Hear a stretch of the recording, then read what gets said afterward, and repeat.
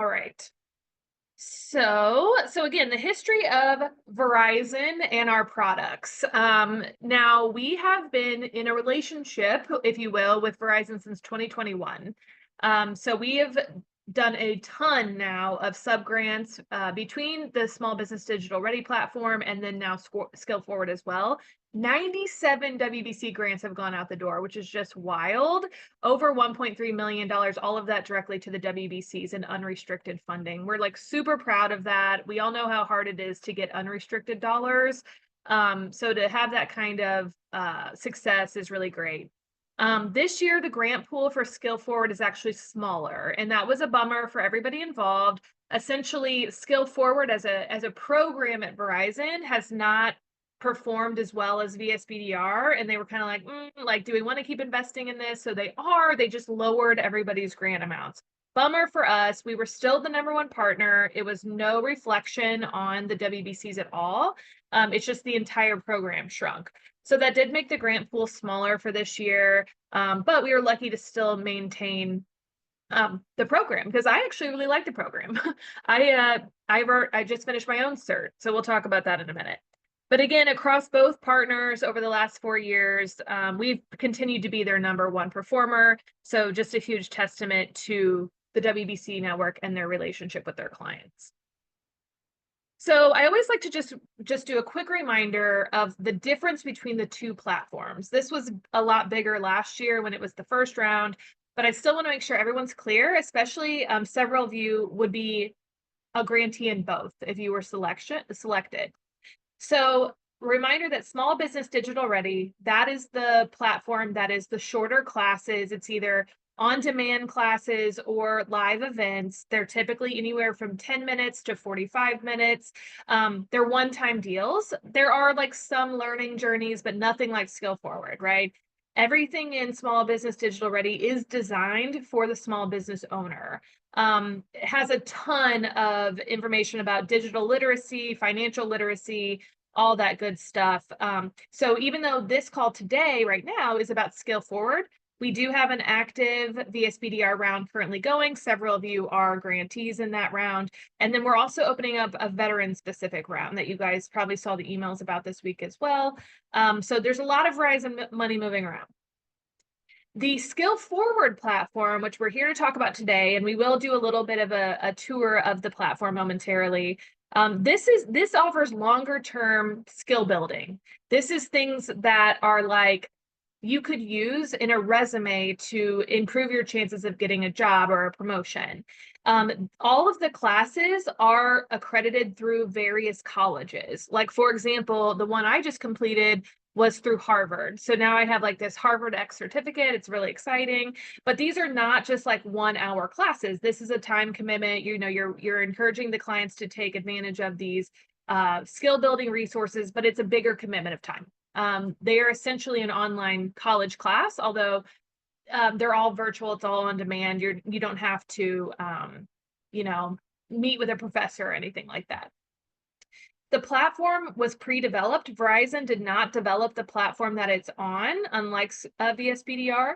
It's an existing online learning platform called edX, and edX was actually developed by Harvard to do online learning. So it's got great back-end support.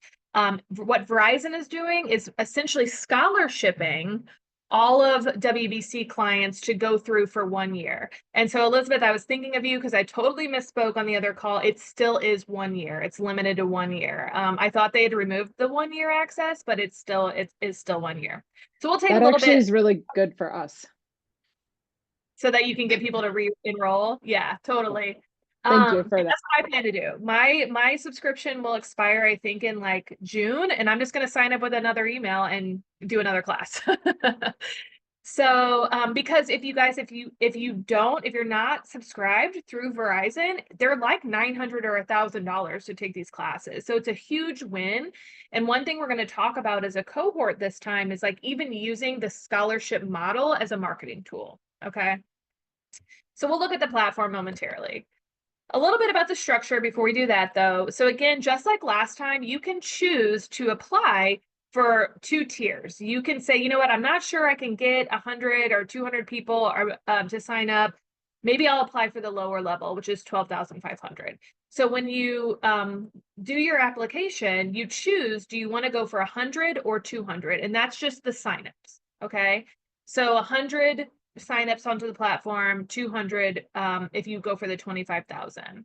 How it works on both projects is that your center receives a unique tracking link. So your client has to use that link to get access. Like if you send a client and they just find it, you're not going to get credit for that sign up. So just like VSBDR, you will use your unique link that we provide to you to get people to sign up.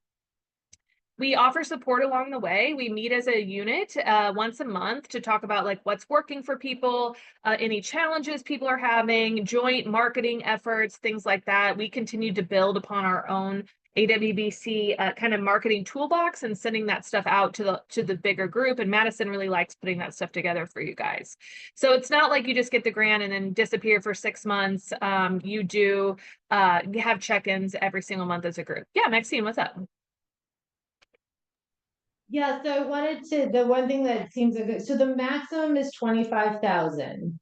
Right. And then the goal is, so if we get 200 signups, that's the maximum and that would equate to 25,000. Well, there's a little bit of a new element this time. So let me go ahead and go to the next. Just Yes, like this the is where I'm DDR, confused. yeah, this is where it gets a little bit, I mean, I hate this graph. It's like, oh my God, there's so many tiers. But essentially, just like VSBDR, we have a completion situation. So they really wanted to make sure that we are able to get people to complete the classes. You can see though, the numbers of completions to get payment are pretty low. Like even if you do the bigger grant, which is 200 registrations, if only 25 people complete that, you're still going to get the 18,000 whatever. You would get the full grant amount if you got 50 completions. So this is something we're all working on. So as a cohort, we'll definitely be working on the strategy of like how to get that to happen. Like, you know, is it that you're enrolling people into a class at your WBC and then there's like benchmarks along the way? Like there's things where we going to do to try to help that completion goal. So yes, so great question. You wouldn't get the full 25 or 12,500 just from signups this time. You do have to get people to complete classes. So great question. Limitations. So as of right now, just like last year, we would not have access to see who signed up. Here's the caveat to that.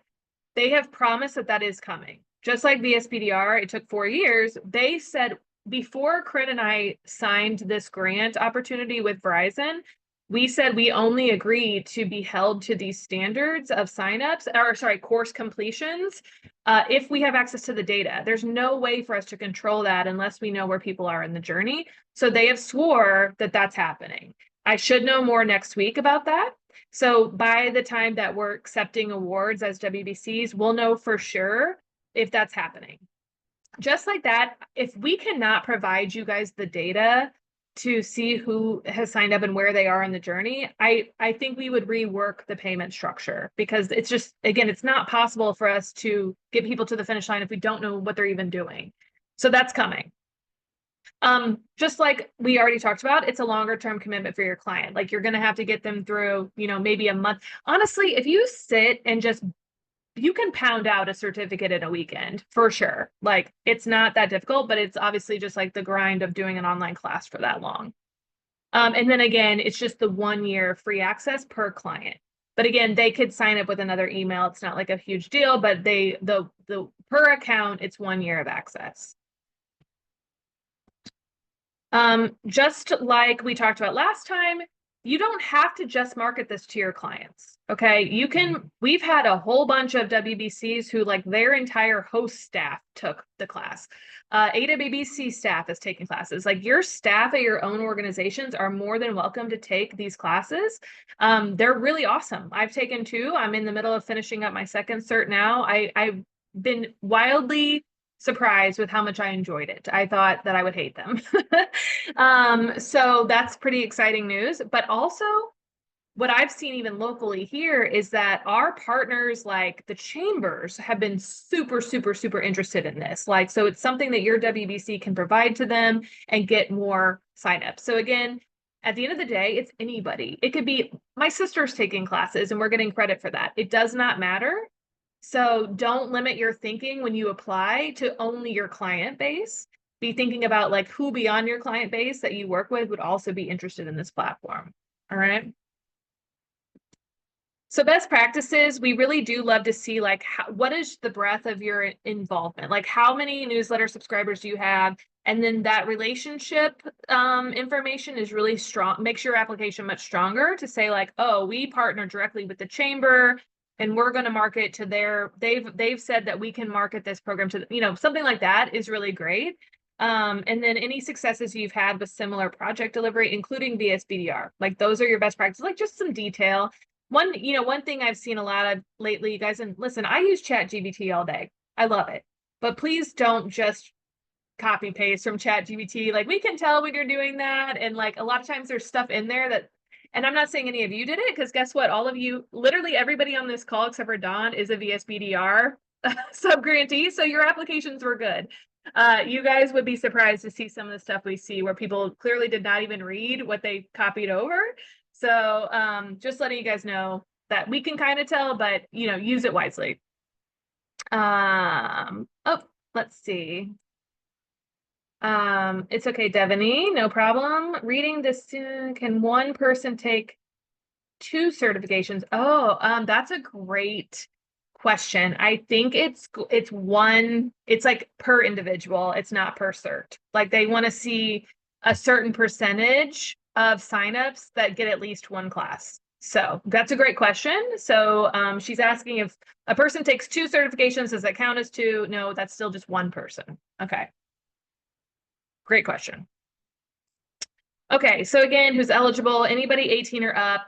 What can I use these funds for? No restrictions. AWBC will never say, show us your receipts. We're not going to ask for a financial report. You can put it, if it were me and I didn't have to worry about match dollars, I would definitely stick this money somewhere where SBA can't get to it, and I would have a bar at my next event. This is truly unrestricted money. It is one of our most passionate things at AWBC is that the money we give to you comes without restrictions. It's simply just product delivery, right? Great question, and this really came from Elizabeth on some past projects. Is can I partner with another WBC? Absolutely. So, like Maxine, if you wanted to subgrant to Kern, that's great. We don't really care. We just care that only one of you apply. And again, it's unrestricted funds. You could do whatever you want. You could subgrant to whoever you want. If you're going to subgrant, if I were applying, would put that in my application of like, we're going to have 2 WBCs and our joint marketing list looks like this. Maxine, go ahead. Okay. Yeah. Oh, just so you know, I'm the executive director of the host. So I help both our centers. So I kind of weigh out which center is,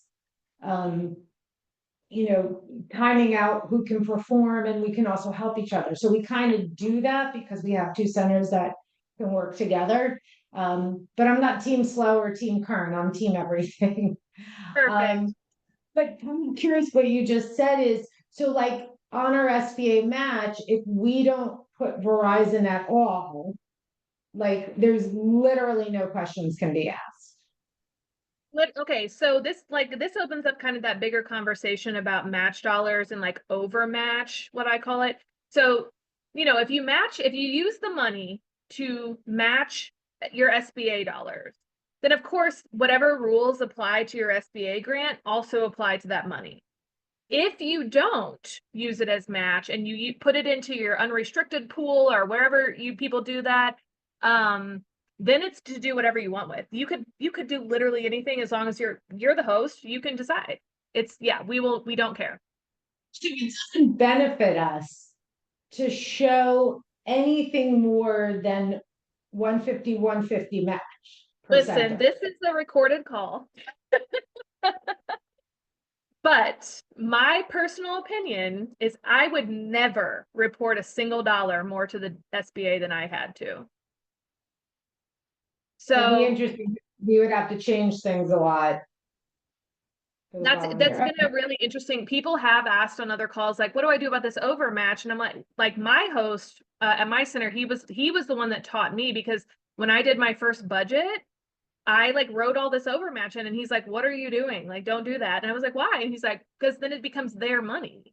So if you, yeah, in my opinion, everybody should do exactly a $300,000 budget and a $300,000 SBA expense, and anything above that, you're putting into some other kind of pool per fund, you know, whatever you want to do. So great question. Yeah. So, but you know, a lot of our WBCs are in the position that they have to use it as match because they don't have enough match money. So in that case, yeah, it becomes, you know, SBA match. And then last question, of course, and most of you guys know this, like, no, you don't have to market cell phones for Verizon or plans or whatever. There's none of that. They might get the occasional email from Verizon, but again, that's not going to have your WBC listed on it. You will never be asked to do anything like that. My Okay, experience has been that every email that came was related to the program. yeah. They've told me multiple times that they're pretty passionate in that department about not like diluting the trust in the brand by trying to push cell phones. Okay, so you guys have all seen, of course, on our funding center here on AWBC, we do have the notice. What I like to show about this document is at the bottom, we do have a list of classes that are kind of the go-tos for our WBCs. When you get on the platform, you'll see that there's like a ton of classes that like our clients are never going to take. In fact, I get on, I'm like, what even is this? It says like Python and all these development tools.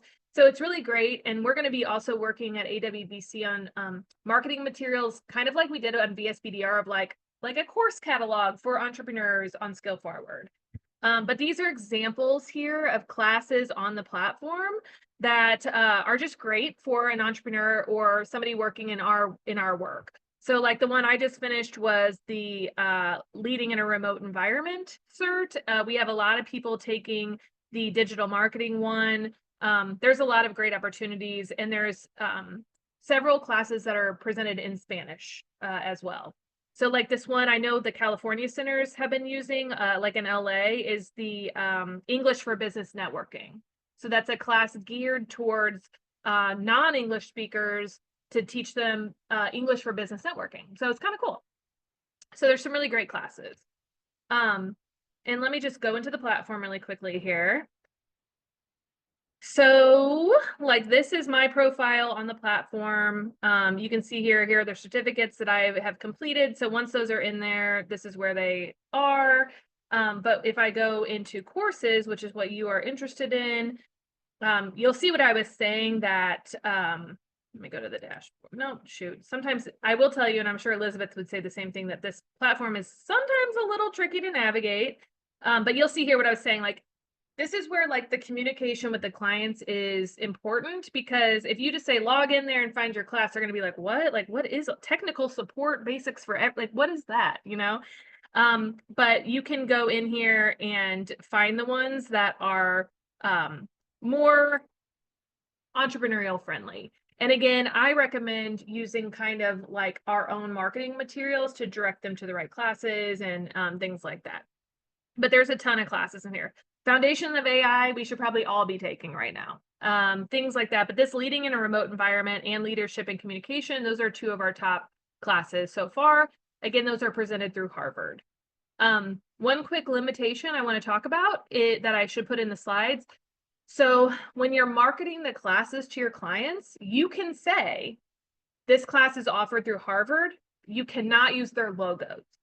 That's it. So like you'll see on our, if you guys follow our Hope to Women Instagram, Madison does a ton of promo for this platform, and she'll talk about Harvard, but we never ever use their logos. And that's really the only limitation.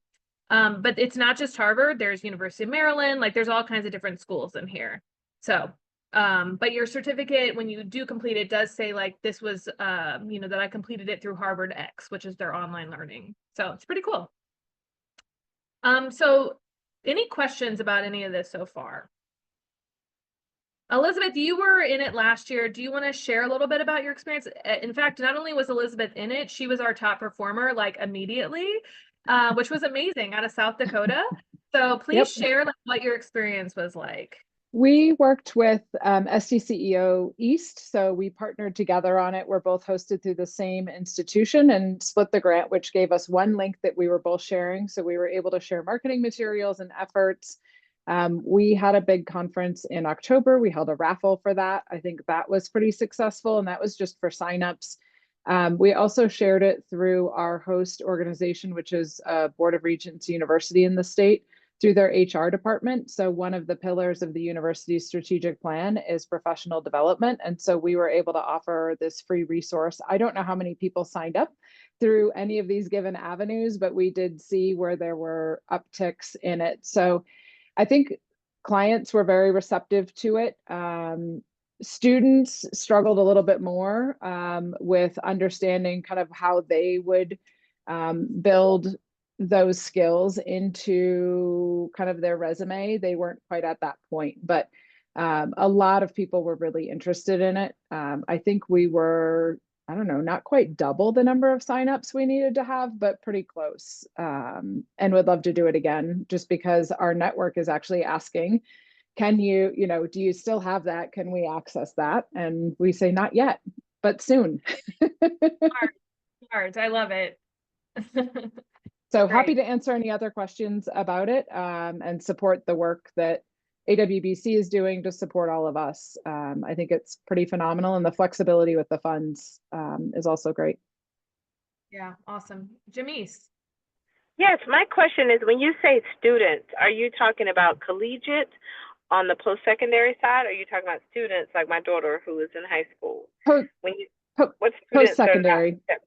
Okay. I'm hosted through a university, and students were like, hey, can I get credit for this instead of the course I'm supposed to be taking through the university I'm registered with? And they were like, no, you can build additional learning, around AI or other topics. But so I'm sure there were some students that used it, but it was in the post-secondary.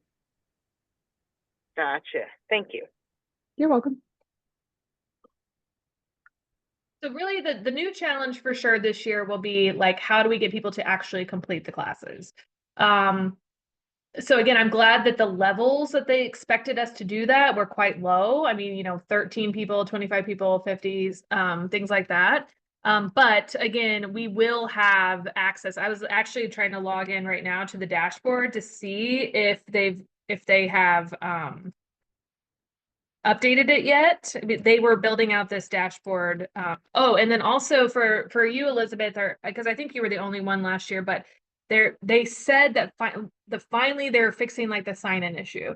Like one issue that we were really annoyed about last year was once you sign up, it was like kind of hard to like figure out where to get back into the platform. One nice thing about it is it stays logged in. So like I won't use the platform for like 2 months and then I'll get on and I'm still logged in, which is really nice to not have my password. But if you do need it sometimes, so we've been asking for program improvements, and like I mentioned on the VSBDR call, because we're such a strong partner to them, they typically take our feedback as like gold and they go fix it. The reason it's a little slower with this platform is that Verizon is not controlling it. They're essentially having to go to Harvard and say, can you guys fix this element of your platform? So, but overall, I don't have a lot of complaints about this platform. It's worked pretty well. Is the process of, so we had, we put language into all of our marketing that said right by the QR code, register, activate, learn, because there were 3 steps to get signed in. And so we ended up using that language. And an actual person had to send the email to activate it. So sometimes it would happen immediately, and sometimes it would happen if you did it over the weekend, you wouldn't get it till Monday morning. So people were like, what? And you had to go through each of those steps. Has that been fixed? Do you know?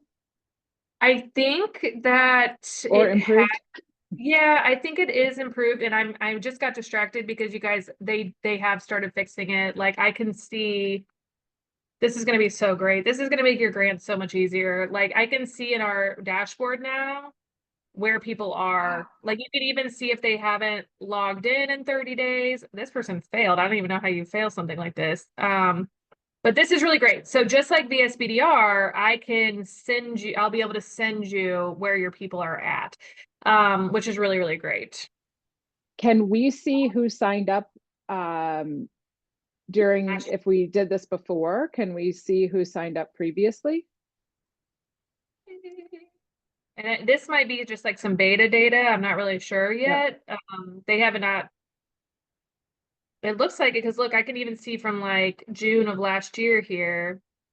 And I should be able to see the one thing will be like, if I can see it by center. So again, we're doing training on this next week, but the good news is this looks like it is going to really happen. So, this is awesome. And, yeah, so, I know we only have a few more minutes. Any other questions like that would make you guys feel more confident to, apply into the program?